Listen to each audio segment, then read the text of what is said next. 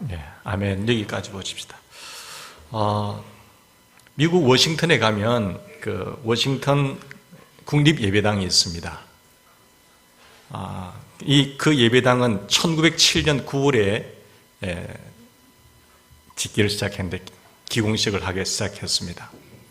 그게 기초석을 만들 때에 그 초석은 이스라엘에 있는 베들레헴에 있는 돌을 가져와요.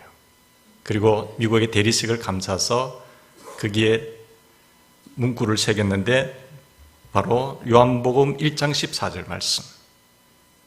말씀이 육신이 되어 우리 가운데 거하시매 라는 성구를 적어놓고 초석을 놓고 교회를 짓기 시작했습니다. 무려 83년간.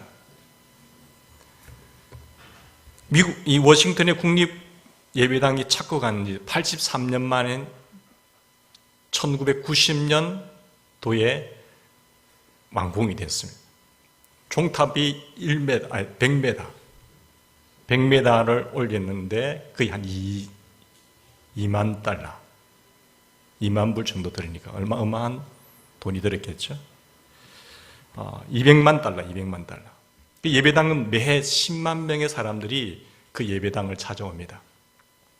근데 그 예배당을 찾으러 오는 사람들이 그냥 예배 들으러 온 것이 아니라 스테인드 글라스 그리고 종교 예술품을 구경하러 와요. 엄청난 돈을 들였죠. 그리고 엄청난 시간을 들이면서 그 예배당을 완공한 것입니다. 많은 관광객들이 오지만 참된 하나님을 예배하기 위해서 온 것이 아니라 관광하러 온다는 거죠. 우리가 이 워싱턴에 있는 그 예배당을 보면서 세계로 5번째 큰 예배당이에요. 그 건물을 바로 오는지 우리는 그 예배당을 관광하러 오는 사람들 탓하는 것이 아니라 우리도 참된 하나님을 예배하러 오는지 우리는 사람 만나기 위해서 오는지 그걸 한번 생각해 봤으면 좋겠습니다. 참된 예배가 뭐냐라는 것이 오늘 본문에 보면 다윗이 어떤 예배로 감격적인 예배를 드리는지 어떤 모습이 감격 있는 예배인지를 우리는 살펴볼 수가 있습니다. 여러분, 예배는 누구에게 드리는 건가요?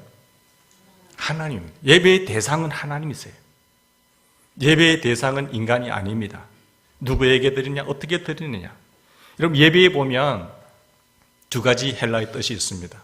이렇게 두 가지 단어가 있는데 프로스게네오라는 뜻이 있습니다. 이것은 영어로 월십이에요. 섬기다. 종이 땅에 엎드려서 왕의 발에 절하는 것이 프로스게네오입니다. 월십이죠. 모여서 드리는 예배. 또 한 가지 뜻이 단어가 뭔가 하면은 라토리오라고 하는 단어는 서비스입니다. 섬김. 하나님을 섬기고 인간을 섬기는 생활로 드리는 예배. 그것이 영적 예배라고 말하고 있지 않습니까? 이 프로스게네오와 라토리오는 우리가 월십 그리고 서비스, 섬기는 것. 정말로 왕에게 엎드려서 종이 숭배하는 것. 그것이 프로스게네오예요. 대상이 하나님이지 인간이 아닙니다. 요즘 책도 보면 예배가 쇼인가? 참된 예배인가? 목사가 연기를 배우자가 연구를 하면 그거 잘하네, 말 잘하네. 찬양대가 찬양을 하잖아요. 오, 괜찮네. 오늘은 음정이 안 맞고 박자가 틀리는 부분이 있어. 그건 쇼를 보러 온 거죠. 그런 예배의 변질 부분을 보게 됩니다. 첫째는 예배는 드리는 예배가 되어야 됩니다. 다윗이 여기 보면은 2차 법궤 이동인데 법궤를 이동할 때에 법궤를 맨 사람들이 여기 보면 6걸음을 이동했단 말이 있잖아요. 6걸음. 왜 이 단어를 집어넣었을까요? 13절에 보십시오. 6걸음을 이동했다는 말씀이 있어요. 우사가 법궤를 잘못 다루다가 1차 법궤 이동에 있어서 열정이 있었는데 열심은 있었는데 지식이 없다 보니까 하나님과 충돌해서 즉사했잖아요. 그 상황을 보고 이제는 조심해서 한 걸음 하나님의 말씀을 따라서 움직여 가고 있는 겁니다. 정성을 다해서 신중히 조심스럽게 법궤를 옮겨갔다는 말씀이죠. 그 다윗 일행은 진지하고 정성스럽게 법궤를 옮기고 있습니다. 여러분, 예배시에 경박함이 있으면 안 돼요. 예배를 드릴 때 까분다, 거만하다. 그는 자기가 예배가 뭔지를 모르는 사람이에요. 임금 앞에, 왕 앞에 신하로서 엎드려서 절하는 것이 월십인데, 우리 대상이 하나님인데 나는 예배를 보러 온 거예요. 그러면서 다리를 꼬는 거예요. 보는 거예요. 얼마나 준비했는지 보는 거예요. 그러니까 하나님이 받으시는 예배인가, 나의 예배는 하나님 앞에 연락이 되느냐, 연락이 되지 않느냐를 늘 점검하셔야 돼요. 하나님은 이런 예배하는 자를 찾으세요. 지금도 하나님은 온 땅을 감찰하사 자기를 전심으로 찾는 자에게 하나님은 능력을 주시고 은혜를 주시고 복을 주시는 것입니다. 법궤를 정성스럽게 옮겼다라고 하는 것은 하나님의 말씀대로 살되 그 결과까지 확인하면서 하나님을 바르게 섬기려고 하는 자세입니다. 여러분 13절을 보십시오. 법궤를 옮길 때에 소와 살찐 것으로 제사를 드렸다라고 했죠. 이 제사 17절에 보시면 다윗은 번제와 화목제를 드렸습니다. 다윗이 제물을 드린 것은 요즘식으로 말하면 예배를 드렸다는 겁니다. 번제든지 소제든지 화목제든지 하나님 앞에 예배를 드렸어요. 예배를 드릴 때에 우리는 시간과 정성과 물질과 재능을 드리는 겁니다. 드리는 거예요. 이게 참된 예배의 정신입니다. 요즘 우리도 예배도 볼 때 보는 공연이라고 생각하잖아요. 보는 공연이다. 공연이 아니라 드리는 예배가 되어야 됩니다. 하나님께 드리는 예배가 되어야 돼요. 여러분, 제사를 드릴 때 까부는 사람이 있었어요? 조상 제사를 드릴 때에 까불고 경박하게 구는 사람이 있습니까? 제사를 드리더라도 그렇게 구는 사람이 없단 말이에요. 이슬람 사원들에 가서 회계도들이 드리는 거 한번 보세요. 얼마나 진지하게 쫙 바짝 엎드려가지고 절을 하잖아요. 절에 한번 가보세요. 얼마나 정성스럽게 공을 드리는지. 근데 기독교 예배만큼 까불잖아요. 경박하잖아요. 거만하잖아요. 왜? 드리는 것이 아니라 받으려고 하기 때문에. 드리는 거로 끝나는 겁니다. 주고 안 주고는 누구 마음이에요? 우리 하나님 마음이거든요. 정성스럽게 대하는 자에게 하나님께서 그런 자를 찾으셔서 은혜를 베푸시는 거예요.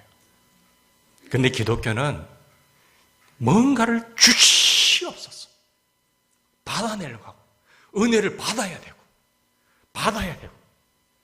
이게 안 맞으면 틀리는 거예요. 병든 신앙입니다. 지식이 없는 신앙이에요. 예배가 뭔지를 모르면 그렇게 되죠. 여러분, 공연은 이라는 건요, 보여주는 겁니다. 음악회를 가면은 보여주잖아요. 연극 보러 가면 보여주잖아요. 영화 보러 가잖아요. 근데 예배는 보러 가는 게 아닙니다. 예배는 드리는 것입니다. 우리 같이 한번 따라해 보겠습니다. 예배는 드립시다. 예배를 드립시다. 드리셔야 돼요. 예배의 대상이 목사도 아니고 그 누구도 아니에요. 예배의 대상은 살아계신 하나님이십니다. 아버지께서는 예배하는 자를 찾으신다 할 때 그 아버지는 예수님의 아버지예요. 하나님이세요. 우리 하나님께서 이러한 사람을 찾는 겁니다. 자꾸 우리는 공연화시키고 있는 거죠.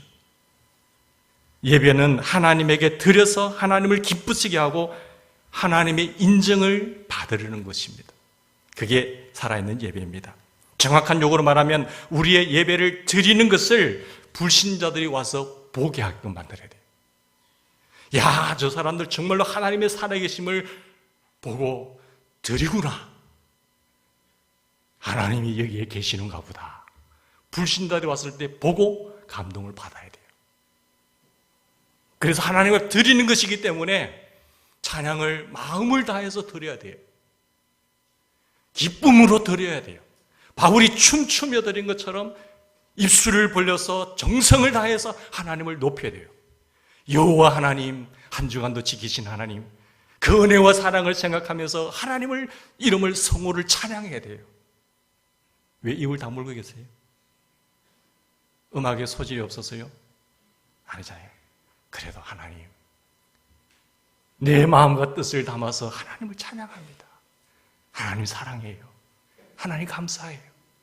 표현을 하는 겁니다. 어떤 사람이 꿈에 예배 장면을 보았습니다. 찬양대가 열심히 찬양하는데 찬양 소리가 들리지 않아요. 기도를 열심히 하는데 기도 소리가 들리지 않습니다. 그는 놀라서 가이드하는 천사에게 질문했습니다. 왜 찬양은 하는데 찬양 소리가 들리지 않지요? 왜 장로님이 열심히 기도를 하는데 기도 소리가 들리지 않지요? 가이드하는 천사가 대답을 합니다. 저들은 형식적인 예배를 드릴 뿐 진정한 예배를 드리지 않는다.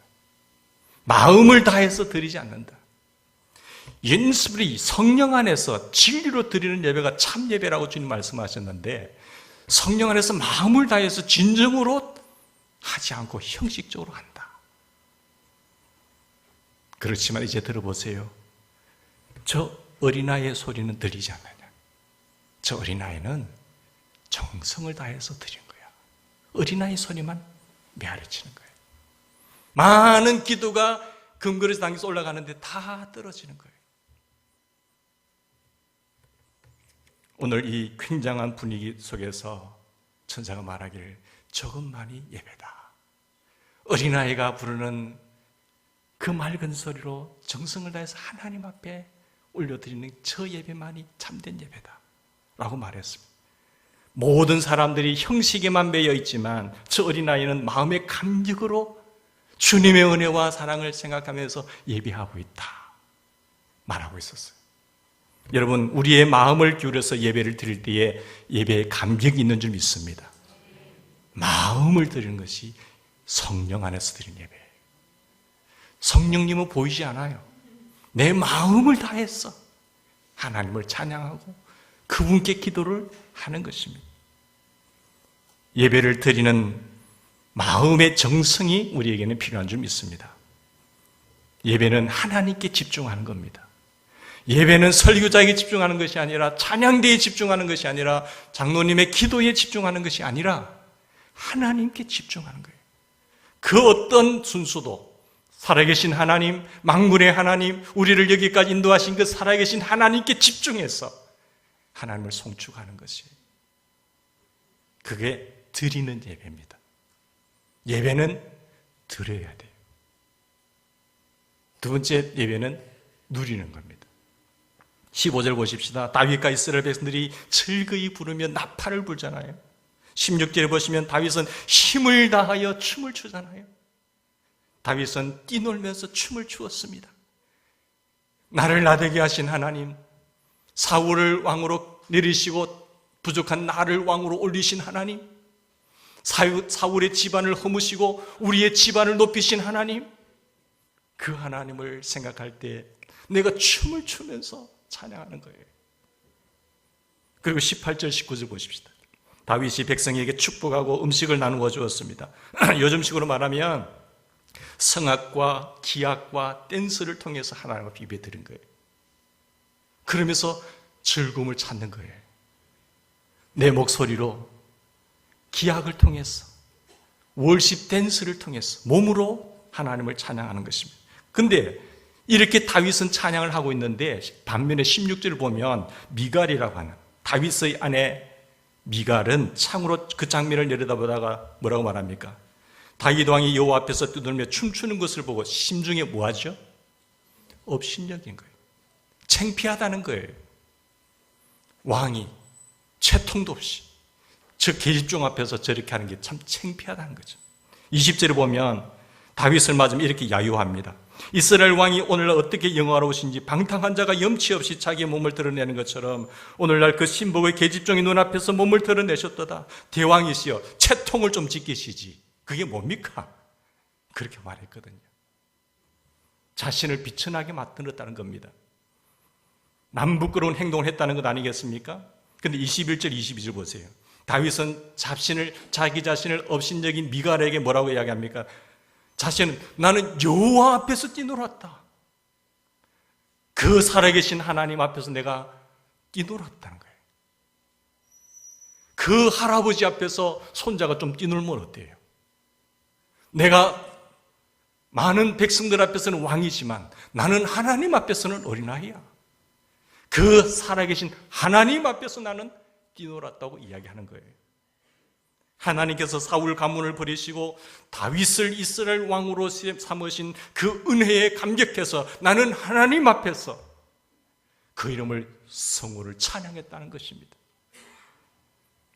스스로 천하게 보일지라도 나는 하나님을 높이고 하나님을 찬양하고 하나님 앞에서 마음껏 즐거워했다는 것을 이야기합니다. 여러분, 예배 시간에 보면 성악을 하든지 기악을 통해서 하든지 월십 댄스 몸으로 흔들든지 그것은 하나님 앞에 올라가는 것입니다. 기악의 경우에 옛날에는 보면 기타를 치기나 했습니까? 기타 치면 경박하다 해가지고 내리라고 했습니다. 드럼 여기까지 올라, 제가 올린 거 아닙니다. 드럼 여기까지 올라온 거 상상도 할 수 없잖아요. 어떻게 드럼이 강대상 위에 올라와 있네 말이에요. 강단에. 근데 시대가 많이 변했잖아요. 근데 성경에 보면은 시편의 찬송가만 해야 된다. 이 찬송가는 미국에 있어서 복음송입니다. 가스펠, 복음을, 하나님의 말씀을 곡조로 살려서 하는 게 가스펠송이죠. 근데 그 복음송을 왜 우리나라 들어오면 찬송가가 됩니까? 복음송을 찬양하면 안 됩니까? 근데 우리나라도 다 하잖아요. 시대 흐름 속에서. 몸 동작, 댄스, 월십 댄스를 몸으로 하나님을 찬양하는 거예요. 그러면 이 불신자들 참 좋아합니다. 우리는 왜 저러냐 이렇게 하지만은 불신자들은 또 초신자들은 그걸 좋아해요. 그렇게 찬양하는 걸 좋아합니다. 박수와 댄스는 몸 동작 아니겠습니까? 박수를 칠 수도 있죠. 시편은 하나님을 예배할 때 보면 너희 만민들아 손바닥을 치고 즐거운 소리로 하나님께 찬양할지어다. 소고치며 춤추어 찬양하며 현악과 퉁소로 여호와를 찬양할지어다. 내가 다룰 수 있는 악기를 가지고 하나님을 찬양했으면 좋겠습니다. 우리에게도 이런 기악팀이 빨리 만들어졌으면 좋겠어요. 재능자들. 잘 하는 사람들은 목소리로 찬양을 하시고 기악을 연주할 줄 아는 사람들 그걸 가지고 찬양을 했으면 좋겠습니다. 사랑하는 성도 여러분, 비단 워십 댄스만 아니라 예배의 전체 분위기가 하나님을 높이는 데 집중했으면 좋겠어요. 각기의 재능과 자기의 은사를 가지고 하나님을 높이는데 하나님, 저에게 이런 것을 주시니 감사합니다. 그래서 그것을 가지고 하나님을 마음껏 높이는 우리가 되기를 바랍니다. 하나님께 자신의 몸과 또 마음을 들이지 않고 자신이 인간 중심으로 나 자신만 누리기만 하면 우선 자기 자신이 공허해져요. 찬양 하나도 마음을 실어서 드리질 않아요. 딱 다물고 있어요. 내가 마음을 열어서 터뜨릴 때 회복이 되는 겁니다. 움직여야 돼요. 그리고 참된 예배를 높여드리는 일을 바로 함으로 인해서 하나님을 즐기셔야 돼요. 그것이 예배입니다. 하나님이 위로부터 내리는 그 은혜를 마음껏 누리는 시간이 예배예요. 내가 바로 올라오기만 하면 하나님은 우리의 사닥다리가 되셔서 우리에게 열어주시는 겁니다. 첫 번째가 드림이에요. 두 번째가 누림입니다. 하나님께 드림으로써 좋으신 하나님을 누리는 예배가 되기를 바랍니다. 미국 교회들 중에 복음의 정통성을 지키면서도 문화의 적응성을 살린 교회는 다 성장해요. 그 많은 교회들이 있지만 문 닫는 교회도 많습니다. 그러나 우리가 꼭 지켜야 될 것이 뭔가 하면 복음의 정통성은 지키셔야 돼요. 문화의 적응성은 살려야 됩니다. 두 가지가 같이 가야 됩니다. 복음의 정통성을 상실하고 문화의 적응성을 상실한 교회는 쇠퇴합니다. 쇠퇴하면서 죽습니다. 복음의 정통성이 뭡니까? 하나님의 말씀이잖아요. 세상이 종교다원주의다, 뉴에이지다 이러면서 흘러가지만 복음의 정통성 앞에서는 사수하셔야 돼요. 절대로 따라가면 안 돼요. 야, 저기 괜찮네. 산으로 간다면 이렇게 가면은 산의 정상에만 도달하면 되는 것이 왜 그 길을 꽉 가야 되느냐? 왜 반드시 예수님을 통해야 되느냐? 뭐 동정녀 탄생 그거 고리타분하다. 안 받아들이는 그런 학자들도 있어요. 여러분, 그렇게 안다고 하더라도 목숨을 걸고 복음의 정통성 이 진리만큼은 빼앗기지 않기를 바랍니다. 그러면 죽습니다. 세상과 타협하면 그것은 교회가 아닌 거예요. 그렇지만 이 복음의 정통성은 지키면서 우리의 문화의 적응성은 살려야 됩니다. 시대의 변화의 흐름에서, 문화의 흐름에서 변하지 않으면 죽어요. 복음의 정통성은 변하면 죽고, 문화의 적응성, 시대의 변화에 따라서 변하지 않으면 죽습니다. 그런데 어떤 교회는 보면요, 복음의 정통성은 대충 타협해버리고 대충 믿어버리고 진리도 모르고 문화의 적응성의 만큼은 예배는 그렇게 하면 안 된다. 절대로 드럼을 올리지 마라. 무슨 기타냐? 그러면 그 교회는 죽습니다. 그것을 사수할 필요는 없어요. 왜 학생들이 모자를 쓰고 예배 드리냐는 거예요. 무슨 염색을 그렇게 해? 흰불이 되신 분 까만 염색 안 하시나요? 염색 하시잖아요. 노란색 염색하면 어떠세요? 그들이 문화인데. 옛날에 어른들을 보면 모자를 벗으라 하잖아요. 근데 모자를 쓸 수도 있잖아요. 그게 멋이니까. 사람의 취향과 그것은 다 다릅니다. 그걸 여유 있게 받아주셔야 돼요. 그걸 사수할 필요는 없어요. 그런데 진리만큼은 변해서는 안 돼요. 진리는 변질되면 죽습니다. 진리는 변하면 죽어요. 복음의 적응성은, 문화의 적응성은 시대에 맞게끔 잘 변해가는 우리 교회가 되길 바랍니다. 청소년들과 청년들의 감성 문화 속에서 하나님의 은혜에 근거해서 하나님을 즐기는 그런 예배를 보고 너무 간섭하지 마세요. 저들의 문화는 그거예요. 우리는 빠른 음악이 막 적응이 안 되지만 젊은이들은 막 빠르게 해야 그게 은혜가 된다는 거예요. 이상하잖아요. 세대 차이거든요. 그래서 예배를 드릴 때 드릴 뿐만 아니라 누릴 줄 아는 우리가 되기를 바랍니다. 옛날에 보면은 문화의 적응성에 의해서 변하지 않고 지금도 종치는 교회가 있더라고요. 예배 시작하면서 땡땡땡 이제부터 예배를 시작하겠습니다. 전 종을 치워버렸어요. 종치면 그 교회는 종치입니다. 시대의 문화가 아닌데 근위를 찾기 위해서 땡땡땡 아니죠. 복음의 정통성은 변하면 죽고 문화의 적응성은 안 변하면 죽습니다. 이걸 잘 조화롭게 갈 수 있는 살아있는 예배가 되기를 바랍니다. 이렇게 드리면 내리는 예배가 있어요. 드리고 누리고 내리는 예배. 12절 보십시다. 12절 같이 읽읍시다. 시작.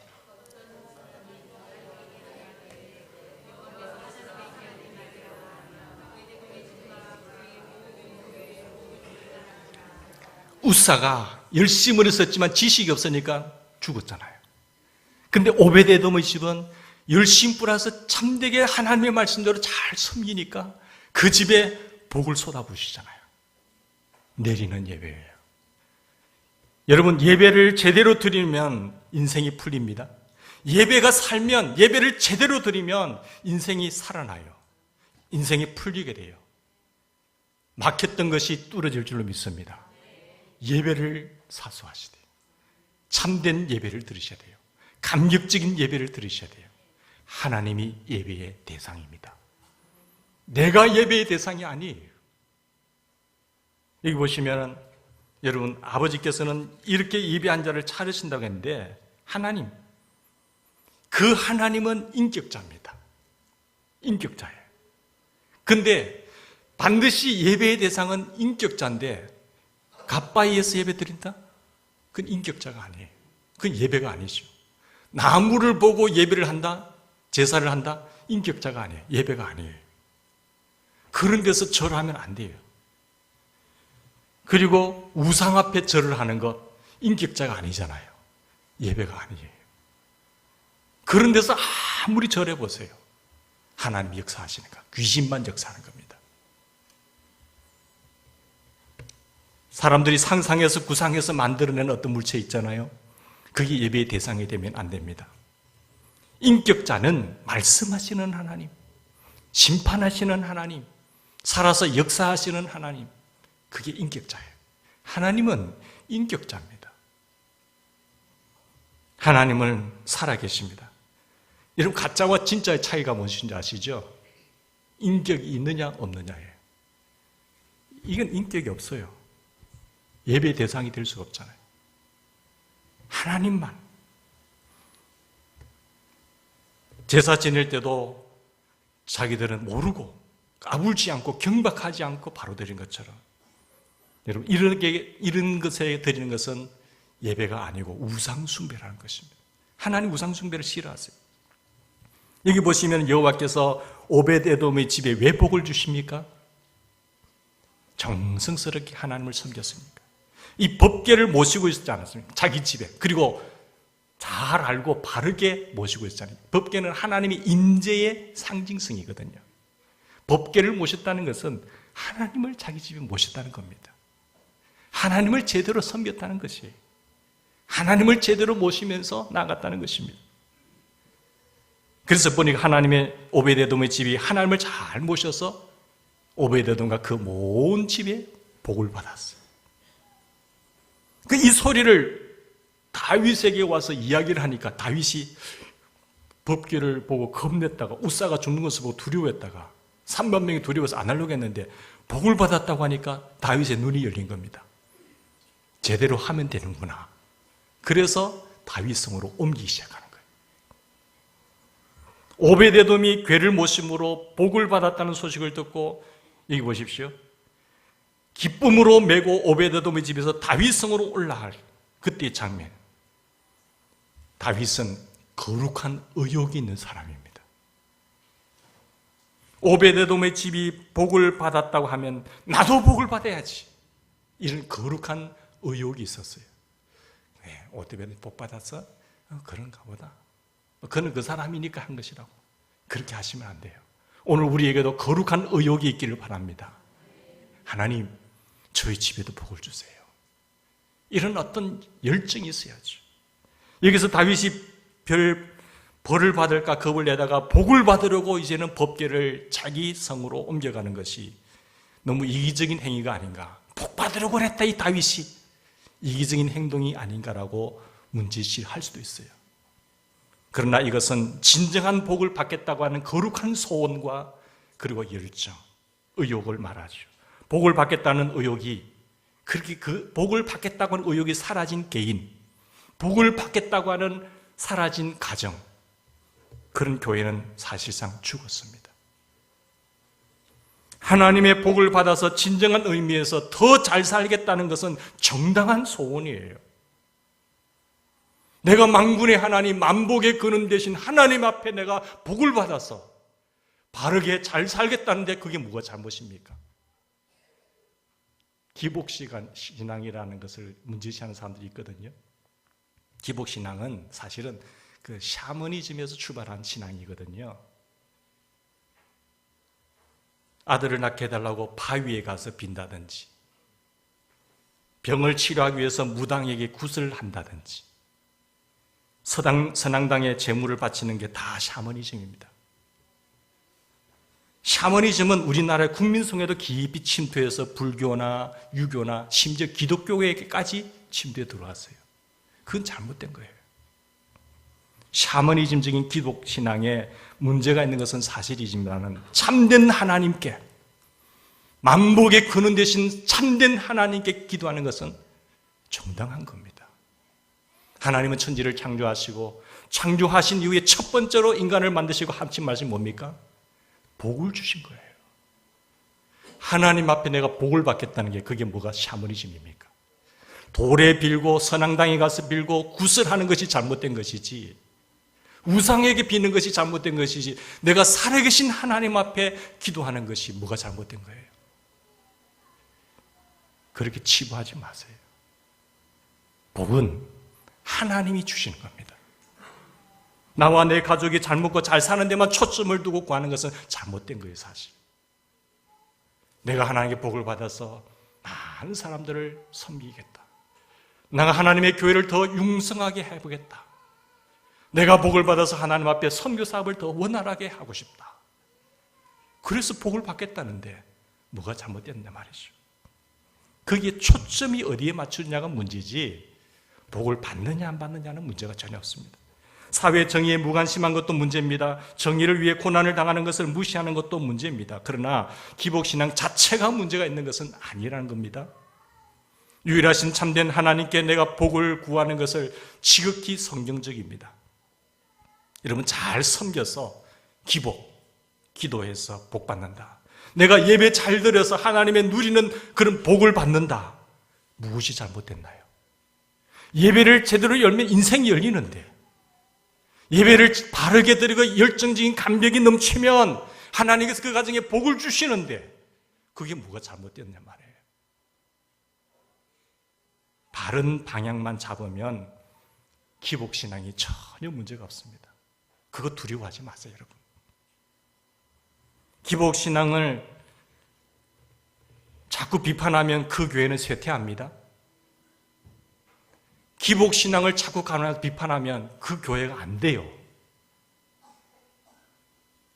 우리는 하나님을 숭배하면서 하나님 은혜를 주세요. 간구하셔야 돼요. 죽으라고 섬겨서 하나님 복 받는다는데 뭐가 문제예요? 내가 하나님 잘 섬겨서 이 땅에 사는 동안 많은 복을 받아서 더 하나님을 영화롭게 하겠다는데 그게 뭐가 잘못됐나요? 우리는 하나님께 복을 받아야 됩니다. 하나님의 영광을 위해서 모든 사람들의 정의와 공평과 하나님 나라에서 골고루 잘 살게 하기 위해서 복을 구해야 됩니다. 때로는 공평과 정의를 실현하기 위해서 고난당하는 것을 귀하게 여기면서 복을 구해야 됩니다. 건강과 부귀와 행복만을 위해서 복을 구하는 것이 아니라 천국 복음으로 사람을 살려내기 위해서 하나님의 복음으로 하나님의 거룩하신 뜻을 이 땅에 실현하기 위해서 내가 복을 받아야 돼요.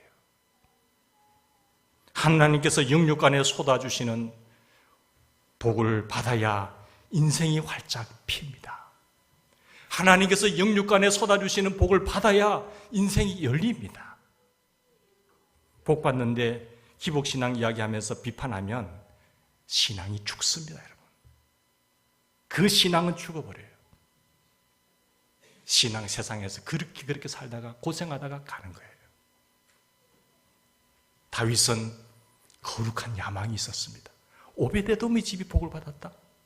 내가 두려워할 것이 아니라 하나님 그 궤를 내 다윗성으로 옮겨야 되겠다는 거룩한 야망이 있었습니다.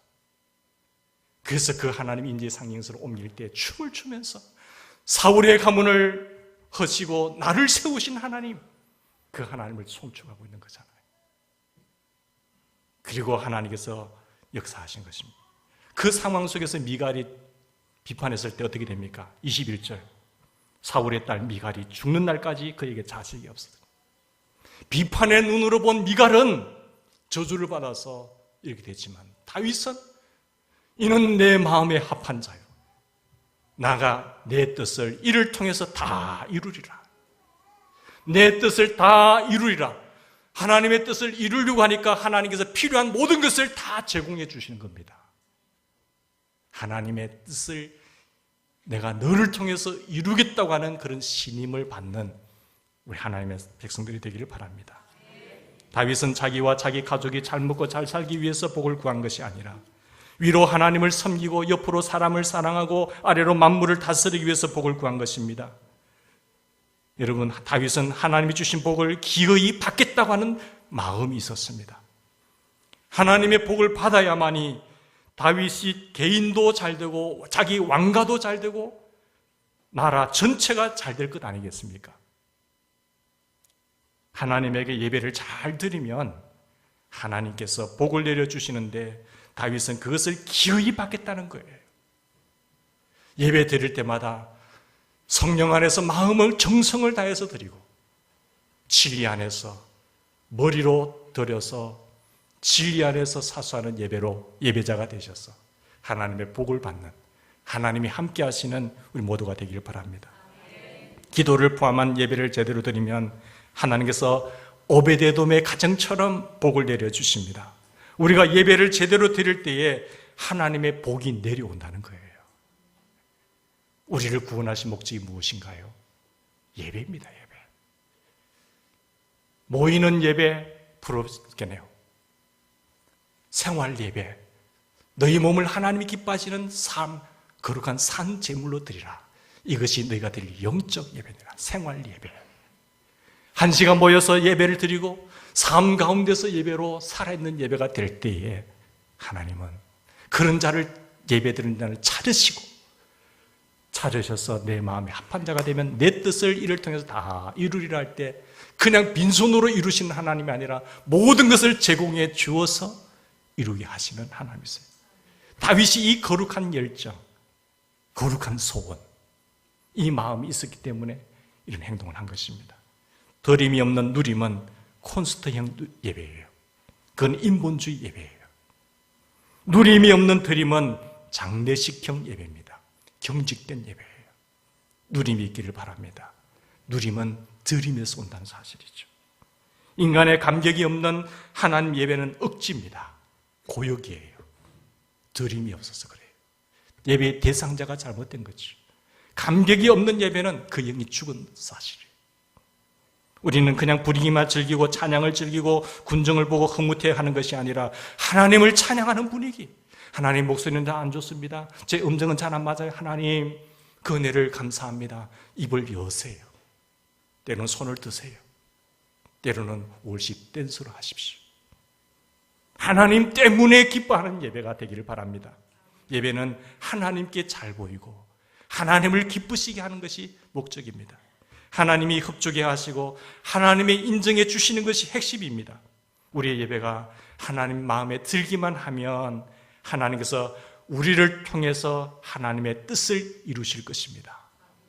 그게만 작정되면 하나님 우리에게 필요한 모든 것을 다 제공해 주실 것이라고 믿습니다. 이것이 예배를 통해서 하나님께서 우리에게 복을 내려주시는 것입니다. 드림과 누림의 예배를 제대로 드리지 않으면 미갈처럼 축복의 통로가 막힙니다. 예배를 제대로 드리면 하나님의 복을 제대로 받습니다. 예배 시간 10분 전에 오셔서 하나님께 찬양을 하세요. 준비된 예배와 준비되지 않는 예배는 엄청난 차이입니다. 하나님 앞에 정성껏 찬양을 드리면서 나가시기를 바랍니다. 정성을 기울여야 합니다. 하나님은 나를 존중히 여기는 자를 내가 존중히 여기고 나를 멸시하는 자를 내가 경멸히 여기리라고 하셨어요. 인생의 자가용이 힘차게 달리기 위해서 축복 휘발유를 공급받아야 됩니다. 차는 좋은데 축복의 휘발유가 떨어지면 그 차는 전진할 수가 없습니다. 예배를 통해서 축복의 휘발유를 충분히 받아서 생생 달려가는 그런 믿음의 인생이 되기를, 축복의 인생이 되기를 주의 이름으로 축원합니다. 같이 기도드립시다. 우리 자신을 하나님께 정성껏 드리는 것이 예배입니다. 하나님의 은혜에 근거해서 하나님을 누리는 것이 예배입니다. 하나님께서 우리의 예배를 받으시고 복을 내리시는 것이 예배입니다. 드림과 누림과 내림이 있는 예배, 하나님 저희 제단의 예배가 되게 해주시옵소서. 그럴 때 예배의 감격이 회복되는 것입니다. 예배가 살아나면 인생이 살아납니다. 예배의 감격이 회복되면 인생의 감격이 회복됩니다. 내 영이, 내 온몸이 살아납니다. 예배가 살아나면 물질이 치유가 일어납니다. 천도의 문이 열립니다. 복음으로 사람을 살릴 수가 있는 것입니다. 하나님, 이 예배의 주인공 되게 해주십시오. 참된 예배로 회복시켜 주십시오 라고 하시면서 말씀 기억하면서 한 1분간 통성으로 기도하십시다. 살아계신 하나님 아버지, 감사합니다. 우리가 하나님 앞에 참된 예배자가 되기를 원합니다. 이런 예배자를 찾으신 하나님, 내 인생에 내 영의 공고함을 불쌍히 여겨 주시옵시고 예배의 목적이, 예배의 대상이 하나님이신 것을 우리가 꼭 기억하게 하여 주시옵소서. 정성을 기울여 성령 안에서 드려지게 하여 주시옵시고, 머리로 진리로 드려지는 참된 예배가 될 수 있도록 우리 하나님 역사하여 주시기를 간절히 기도하고 원합니다. 자비하신 하나님 아버지, 하나님 아버지, 진정한 예배, 영적으로 드리는 예배, 마음으로 드리는 예배, 정확한 예배, 진리로 드리는 예배, 머리로 드리는 예배, 하나님 이러한 예배자를 차르시는데 저희 예배가 이런 예배가 되게 하여 주시옵소서. 예배가 살아나서 가정이 살아나게 하시고, 인생이 살아나게 하여 주시옵시고, 내 삶이 살아나게 하여 주시옵시고, 예배가 살아나서 감격적인 예배가 되어서 하나님의 복을 누리는 예배가 되게 도와주시옵소서. 감사합니다. 사랑합니다. 주님, 예수님 이름으로 기도드리옵나이다.